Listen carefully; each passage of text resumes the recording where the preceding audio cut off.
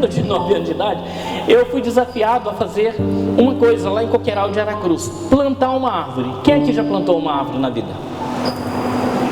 Já plantou? Não? Tem que plantar. Eu plantei minha árvore lá. Eu nem sei qual que é hoje, mas deve estar enorme, né? 9 anos, eu estou com 25.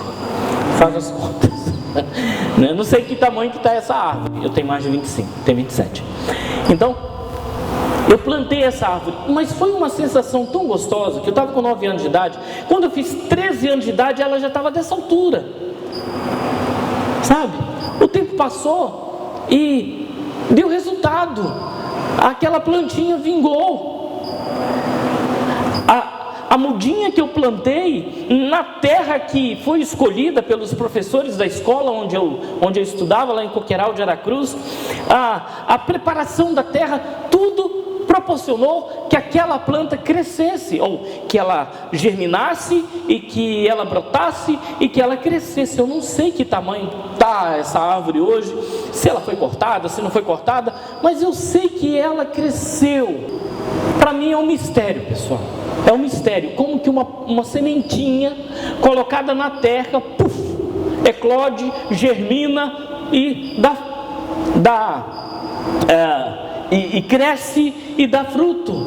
Para mim, para você é um mistério isso? Eu fico assim, encafifado na minha cabecinha. Como é que pode um negócio desse? Como é que pode um negócio desse? A mensagem de hoje é intitulada O Mistério e o Destino da Semente. E a gente vai entender o porquê. É mistério e destino da semente. A gente vai entender isso. A Bíblia, em Lucas capítulo 8, verso 5, diz assim: um semeador saiu a semear. É trabalho do semeador fazer o que, pessoal? Semear. O que é natural para um semeador? Se preocupar em plantar, em semear. E a Bíblia diz que ele fez exatamente isto, que ele saiu a semear. Mas tudo isso está dentro de um contexto de uma parábola que Jesus Cristo estava contando em Lucas, no capítulo 8. Só que para a gente chegar a entender o que está se desenvolvendo no capítulo 8, a gente tem que entender o que vem no capítulo 7, antes da gente chegar no capítulo 8. No capítulo 7 você vai entender e conhecer algumas personagens que provocam essa parábola que Jesus conta. E daqui a pouco eu vou falar o que é uma parábola. Quais são essas personagens? Primeiro, um servo enfermo de um centurião. Um comandante de uma tropa de no mínimo 100 soldados tinha um servo dentro de casa, um empregado dentro de casa que estava doente. Ele ouve dizer que Jesus Cristo estava na redondeza e manda o seu servo ir lá. Quando eles chegam para Jesus para falar do servo do centurião, existe uma situação muito interessante, que eles viram para Jesus e falam assim: Jesus, vai lá e cura aquele homem mesmo. Eles intercedem, porque é um cara bom, é um cara que faz coisas boas para a sociedade, é um cara que só pratica o bem, sabe, tem um coração puro, tem um coração bom. Vai lá e cura o servo dele. Jesus olha para aquilo e pensa assim: eu vou. E Jesus está caminhando na direção da casa do centurião, isso no capítulo 7 de Lucas. Está caminhando para a casa do centurião. O centurião sai da sua casa e vai encontrá-lo no meio do caminho. E no meio do caminho ele vira para Jesus e fala assim: Jesus, não se aveste não. Não é? Parece que ele era meio nordestino. Jesus, não se aveste não. Não precisa se dar o trabalho de ir lá em casa. Eu sei como que funciona isso. Eu tenho pessoas que estão ao meu dispor. É só o Senhor dar uma ordem, que eu tenho certeza que o meu servo vai ficar curado lá.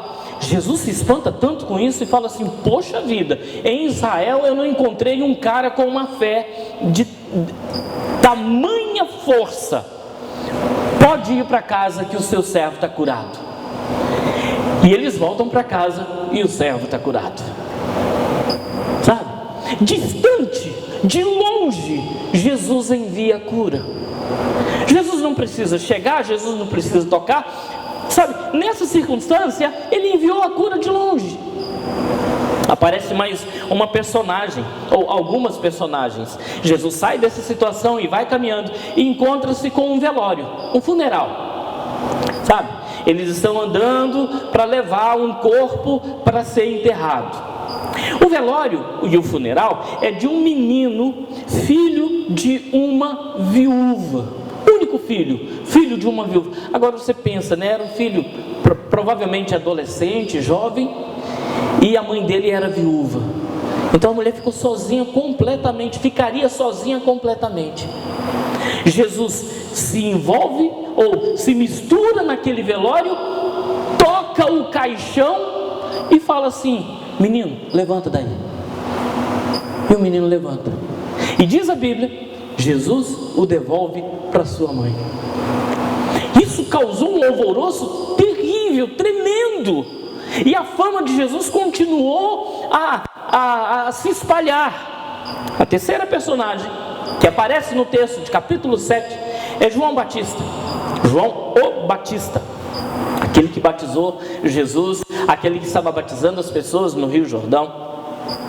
Acontece uma discussão enorme sobre a reputação de João, sobre o trabalho de João, sobre todas as coisas, sobre a aceitação ou não aceitação de João. E Jesus começa a falar bem de João e dá testemunho acerca dele como profeta, e um profeta incomparável, igual a ele, segundo Jesus, não apareceu e nem vai aparecer mais. João, da prisão, manda recado. Você lembra que essa foi a mensagem que a gente pregou aqui, eu acho que esse domingo retrasado. João mandou uma mensagem para Jesus, perguntando: é o Senhor o Messias que a gente esperava, ou a gente vai ter que esperar mais um? E o que mais me encanta é que quando Jesus recebe essa pergunta, diz a Bíblia, imediatamente ele começou a curar os enfermos, a ressuscitar os mortos, a expulsar demônios e a fazer maravilhas e prodígios naquele lugar, imediatamente. O que isso me ensina?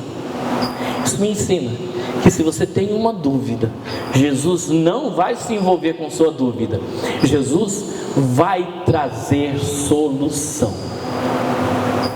Amém? Ok, qual é as outras personagens que aparecem? O próximo personagem que aparece dentro desse texto é Simão o fariseu. É um dos grandes, uma das destacadas personagens ou figuras daquela cidade, que convida Jesus para entrar na sua casa. E Jesus vai e entra na sua casa. Ao entrar na sua casa, uma mulher vem e chora e joga lágrimas, lava os pés de Jesus com as suas próprias lágrimas e enxuga com o cabelo. Simão, o fariseu, olha para aquela cena e fala assim: se esse homem soubesse quem é essa mulher, ele não deixaria essa mulher fazer tal coisa. Jesus conhecia o pensamento que estava na mente de Simão, e ele responde da seguinte forma: eu entrei na sua casa, você não me deu uma água para eu lavar as mãos. Entre você e essa mulher há uma diferença enorme. Só que ele fala exatamente isso.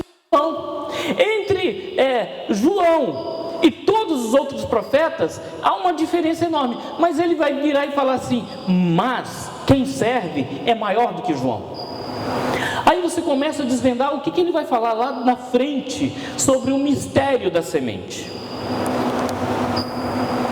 Uma pecadora entra na casa de Simão, derrama um perfume caro nos pés de Jesus, chora aos pés de Jesus, enxuga com os cabelos, e ela também chama a atenção do amado Jesus. Então tá, ele vai encontrar com outras pessoas em uma outra cidade. Basta você notar o seguinte, que ele estava em Cafarnaum, ele sai de Cafarnaum e vai para Naim. Passando por Naim é que ele encontra aquele velório, é que ele ressuscita aquele menino.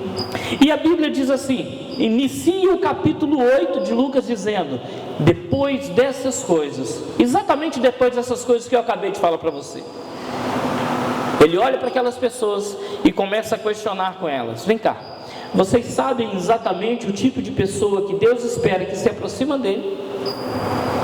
E é nesse contexto que ele vai trazer o mistério da semente e do destino da semente. E ele propõe uma parábola. Só que antes de propor a parábola, ele explica para os seus discípulos o porquê que ele está fazendo isso. Ele vira para os discípulos e fala assim: olha, para as pessoas que não me seguem, eu falo em mistérios, mas para vocês, eu explico todas as coisas e revelo os mistérios. Eu falo em parábolas para eles, para que eles estejam aí pensando, meditando, tentando desvendar, mas para vocês eu desvendo qual é o mistério. E ele propõe a parábola do semeador para falar sobre o mistério da semente e do destino dela. E ele propõe que a semente tem destinos diferentes. Mas é interessante a gente parar e pensar sobre todas as respostas que Jesus dá nesse texto. A primeira resposta que ele dá é o seguinte: o que é a semente? E você vai descobrir no texto de Lucas capítulo 8 que a semente é exatamente a palavra de Deus. Aquilo que Deus envia para o mundo, aquilo que Deus envia para o homem, aquilo que é capaz de chegar no coração e produzir vida e gerar frutos, a palavra de Deus. Ele está falando exatamente do poder da palavra de Deus. Então ele propõe a parábola e ele explica qual é o mistério da semente. A semente é a palavra e o destino da palavra, como é que a palavra de Deus chega aos corações e que tipo coração e terreno recebe a palavra do Senhor. O primeiro terreno, ou o primeiro ambiente que recebe a palavra de Deus, diz a Bíblia, é aqueles que estão juntos ao caminho, na beira do caminho. É aquele tipo de gente, sabe, que fica de longe, só olhando, fica só observando como é que os crentes andam, como é que os crentes falam, ficam só observando se vai acontecer alguma coisa boa, fica só observando se vai acontecer alguma coisa ruim. Eles estão na beira do caminho, eles não vão para o caminho. Quem está junto ao caminho, diz o Senhor Jesus, estes são os que, em primeiro lugar, eles conseguem ouvir a palavra, a Bíblia, a palavra de Deus, a semente da vida, a semente do milagre, a semente do poder de Deus, chega a eles e eles ouvem. É curioso isso, mas não é pelo fato de que eles ouvem, que eles vão entrar no caminho, mas eles ouvem. E a Bíblia diz: apesar de ouvir, vem o diabo e tira-lhes do coração a palavra, com um objetivo só, para que eles não se salvem crendo. Sabe o que me chama a atenção? É o tipo de gente que se diz amigo do Evangelho, ou eu sou amigo do pastor, eu gosto daquela igreja, eu gosto daquilo, eu gosto das músicas, eu gosto das mensagens, me toca o coração. Eles conseguem ouvir a palavra, mas eles têm dado permissão ao diabo para arrancar do lugar mais precioso da sua vida a palavra de Deus. Eu quero te dar um alerta, você que já ouviu a palavra do Senhor, você que já recebeu a semente boa do Evangelho, não permita que o diabo arranque do seu coração. Você sabe qual que é o antídoto para que a gente fuja da beira do caminho? É o caminho. Entrar no caminho é perder o medo, é perder a vergonha, é ser destemido, é perder aquela sensação de que se eu fizer isso eu vou perder alguma coisa. O caminho é o melhor lugar para nós estarmos. A Bíblia diz: eu sou o caminho, a verdade e a vida. Ninguém vem ao Pai a não ser por mim. Para de ficar olhando Jesus de longe. Para de ficar observando a igreja de longe.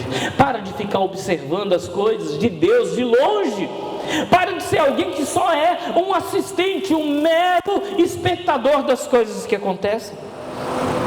Isso pode fazer com que o diabo entenda que ele tem a autoridade, e é nula, irmãos, é ilegal, a autoridade de ir no seu coração e arrancar do coração a palavra de Deus. Mas ele fala também aí de um outro ambiente. Além dos que estão junto ao caminho, na beira do caminho, existem os que estão sobre as pedras, sobre o pedregulho. E ele vai explicar: estes são os que, ouvindo a palavra, recebem com alegria, mas como não tem raiz, apenas creem por algum tempo, e no tempo da tentação, desistem ou desviam. Se estar na beira do caminho faz com que o diabo pense que ele tem autorização para ir lá e arrancar, aqueles que recebem e fornecem um coração como um terreno pedregoso, como um terreno só cheio de pedra, onde a palavra não vai fazer raiz, onde ele não vai se comprometer, onde ele não vai fincar as suas bases, está dando brecha para que as tentações venham e façam com que essa pessoa desista. Ele vai falar daqueles que caíram, ou daquelas sementes que caíram entre os espinhos, o terreno cheio de espinhos, o ambiente cheio de espinhos. E Jesus vai explicar, a palavra chega. Esses são os que ouviram a palavra e indo por diante, quer dizer, eles até avançam, eles têm até a possibilidade de crescerem, eles têm a possibilidade de avançarem de alguma forma, eles progridem na palavra de alguma forma, e indo por diante, são sufocados com o que, pessoal? Com os cuidados, riquezas e deleites da vida. E diz a Bíblia, não dão frutos com perfeição. É aquela semente que dá um fruto meia boca. Eu não sei se você já viu, se você já passou por isso. Você planta uma sementinha, uma mudinha, com todo carinho, com todo cuidado. Aí ela cresce, até cresce, ela tem folhas bonitas, ela tem flores bonitas, mas quando você vai ver o fruto, uns frutinhos minguados, uns frutinhos feios, sabe? A bananeira do lado está com aquelas pencas bonitas de banana.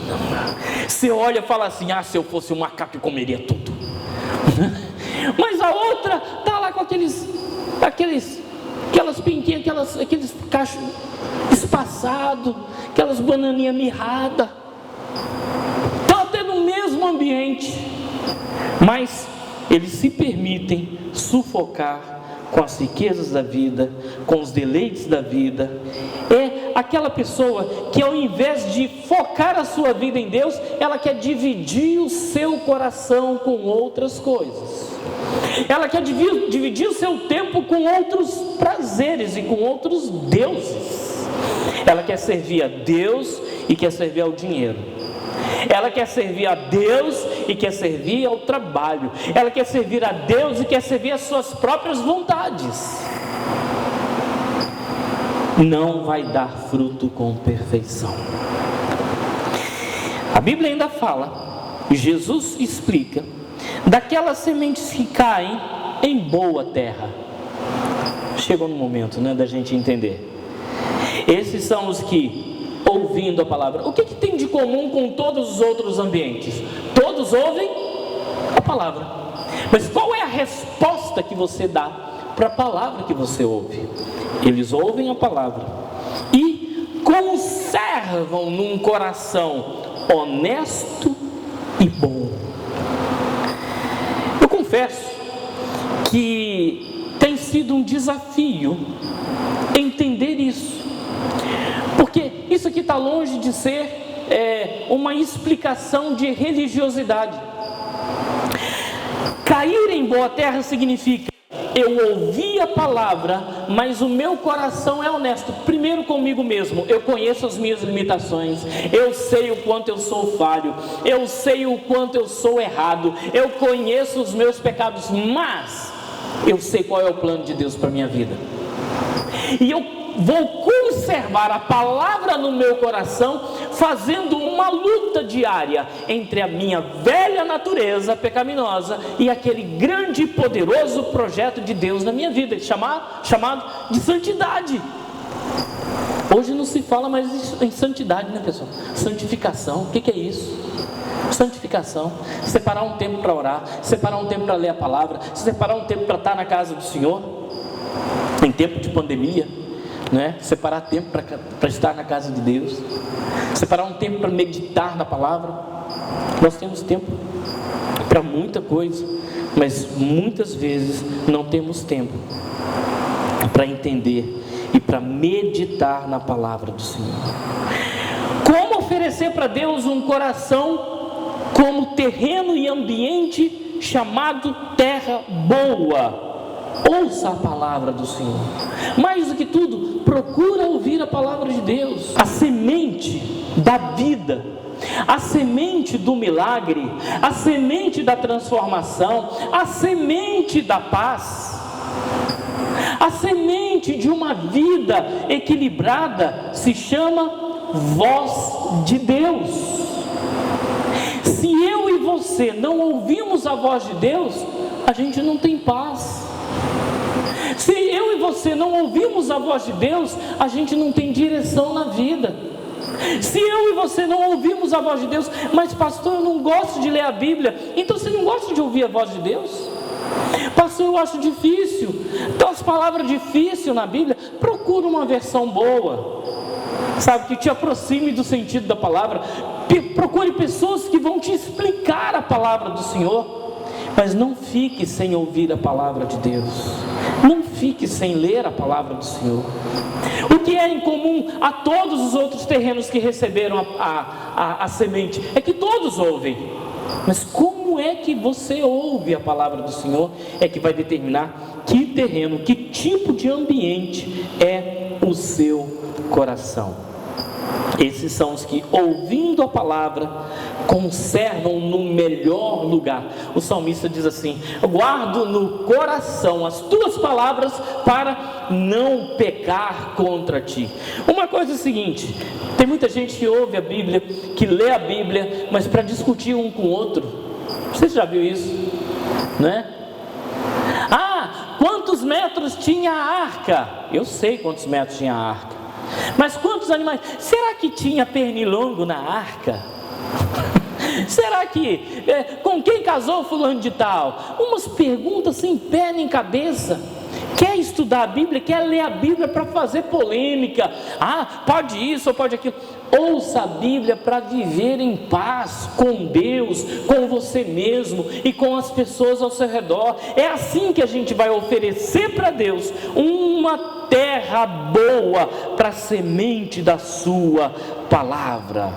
Só assim, diz a Bíblia, nós vamos dar fruto com perseverança. Na verdade, a Bíblia diz assim: esses são os que, primeiro, ouvem a palavra; segundo, conservam no coração; terceiro, oferecem honestidade e bondade nesse coração ao Senhor; e quarto, dão fruto com perseverança. Eles não param, eles não se cansam de dar frutos na presença do Senhor. O que eu chego a entender sobre o mistério e o destino da semente que Jesus Cristo revela? Primeiro, no capítulo 7, ele mostra um monte de gente, ou algumas personagens que se aproximam dele com várias motivações diferentes. E no capítulo 8, ele fala assim: não adianta você me buscar sem a motivação certa. Não adianta você me buscar para propósitos errados. Não adianta você ouvir a palavra e não responder como eu espero que você responda.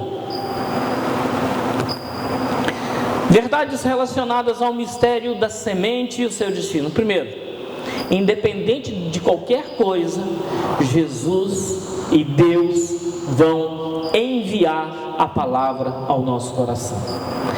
Diz a Bíblia que ninguém vai ter desculpa, sabe, de não ter recebido a revelação da presença de Deus, do ser de Deus, do poder de Deus e da vontade de Deus. Paulo aos Romanos diz assim: todos seremos indesculpáveis, porque o que de Deus se pode conhecer foi revelado. Então ninguém tem essa desculpa. Segundo, independente de como está o seu coração, a palavra vai chegar. Terceiro, chegando a palavra, você precisa reagir, sabe? E qual é a palavra de Deus que chega para você hoje? É a palavra de um Deus que te ama, é a palavra de um Deus que se importa com você, é a palavra de um Deus que quer mudar o seu destino final. Deus não quer mudar você de igreja, Deus não quer mudar você de religião. A palavra não tem o objetivo de mudar o homem de religião, não tem. A palavra tem o objetivo de mudar o destino eterno da pessoa. Sem a palavra de Deus, a pessoa vai para o inferno. Sem a palavra de Deus, a pessoa não tem paz. Sem a palavra de Deus, a pessoa não tem relacionamento com Deus. E quando chega a palavra, aí a gente tem que tomar uma decisão: o que fazer com essa palavra?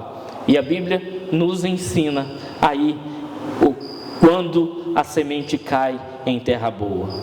Primeiro, ouve a palavra do Senhor. Segundo, conserva no seu coração, não deixa ninguém arrancar do seu coração, não deixa as dúvidas arrancarem do seu coração, não deixa os problemas arrancarem do seu coração, não permita o diabo arrancar do seu coração. Oferece para o Senhor um coração honesto. Oferecer para o Senhor um coração honesto é todo dia falar com Ele onde é que está doendo, quais são as verdadeiras dúvidas, as profundas incertezas e inseguranças. É entregar tudo ao Senhor. Entrega o teu caminho ao Senhor, confia nele. Isso é oferecer um coração honesto e bom. E em último lugar, dê fruto, sabe? Não se canse de obedecer a palavra do Senhor, não se canse de perdoar, não se canse de buscar, não se canse de proclamar a palavra, não se canse de louvar ao Senhor, não se canse de confiar em Deus. A palavra está caindo hoje, sabe, no coração de muita gente, mas muitos terão a experiência do diabo roubando, muitos serão sufocados pelos cuidados da vida, muitos terão a experiência da desistência, mas muitos também terão a experiência de ver Deus operando através da palavra. Para terminar, o Senhor Deus diz assim, o profeta diz assim, Deus diz assim para o profeta: a minha palavra enviada vai fazer o trabalho que eu mandei. Nenhuma das palavras que eu enviei vai voltar vazia. Pelo contrário, cada uma vai ser enviada e cada uma vai desenvolver aquele trabalho que eu tenho como projeto. Agora, a mim e a você cabe responder a Deus com um coração que Ele entenda que seja terra boa, que ouve, que conserva no coração, que oferece para o Senhor honestidade e bondade e que não se cansa de produzir frutos. Então, coisas que a gente precisa fazer. Primeiro, faz um autoexame. Como é que está o seu coração hoje? Ele é terra boa? Ou o seu coração é um terreno pedregoso? Ou seu coração está na beira do caminho? Ou seu coração é um terreno de espinhos? Ou seu coração é terra boa? Só você pode responder isso para o Senhor. E Deus te trouxe aqui, e Deus me trouxe aqui para te dizer: volte a oferecer para o Senhor coração e uma vida como terra boa, onde a palavra vai chegar, onde você vai ouvir e onde você vai produzir frutos que vão fazer de você pessoa boa, pessoa do bem, pessoa cheia de paz e pessoas com propósitos de Deus, em o nome do Senhor Jesus. Amém?